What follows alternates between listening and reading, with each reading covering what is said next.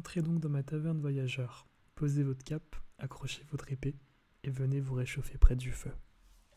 Ce soir, je ne vous parlerai ni de guerre ni de trésors, mais d'une légende que peu osent encore raconter.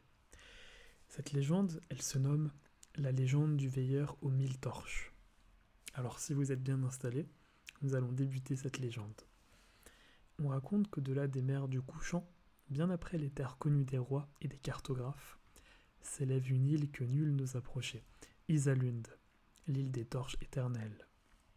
Les marins les plus fous jurent l'avoir vue. Une montagne immense, des falaises noires, et tout autour, des centaines des milliers de torches. Elles brûlent nuit et jour, sans jamais s'éteindre, même sous la pluie, même dans le vent.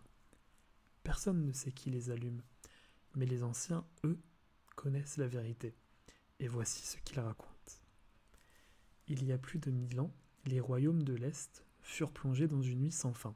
Pas une nuit normale, une nuit tissée par la magie d'un sorcier oublié, Aldran le Cendreux. Il haïssait la lumière, les rires, la chaleur.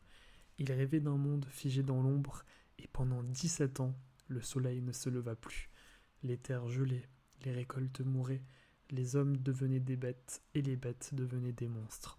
On appela cette époque la Grande Obscurité. Mais dans cette nuit sans fin, un homme s'est levé. Un simple gardien de phare, sans nom, sans épée, juste une torche à la main. Il parcourut les royaumes en silence, et partout où il allait, il allumait une flamme, petite, fragile, mais qui ne s'éteignait jamais. Et à chaque flamme, les ténèbres reculaient. Un village, un carrefour, une montagne, une rive, une à une, il alluma 1000 torches dispersées à travers le monde. Le sorcier tenta de l'arrêter, furieux, désespéré, mais la flamme du veilleur n'était pas faite de bois. Elle brûlait avec la mémoire des vivants.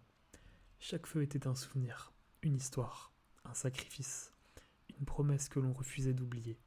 Et puis, au sommet de la dernière montagne, le veilleur planta sa torche finale, la plus grande, la plus vive. Et alors, le soleil se leva. Aldran hurla et disparut dans une volute de cendres. Mais ce feu éternel avait un prix, car pour entretenir ces 1000 flammes, il fallait un gardien, un veilleur. Alors l'homme disparut, il embarqua vers l'île la plus lointaine et s'établit là-bas, sur Isalund. Depuis ce jour, on dit qu'il n'est jamais mort, qu'il erre nuit et jour, rallumant chaque torche l'une après l'autre, car si une seule venait à s'éteindre, la nuit reprendrait sa marche. Parfois, on trouve des traces, des torches gravées dans la pierre, des cendres encore tièdes, tout en haut d'une colline. Et parfois, dans une taverne perdue, un voyageur solitaire demande du feu et passe la nuit à le contempler. Alors on chuchote entre deux verres, ne laisse pas sa flamme mourir, car nul ne sait si le veilleur a encore la force de rallumer la dernière torche. Voilà, aventurier, c'est tout pour cette légende de ce soir. J'espère sincèrement qu'elle t'a plu.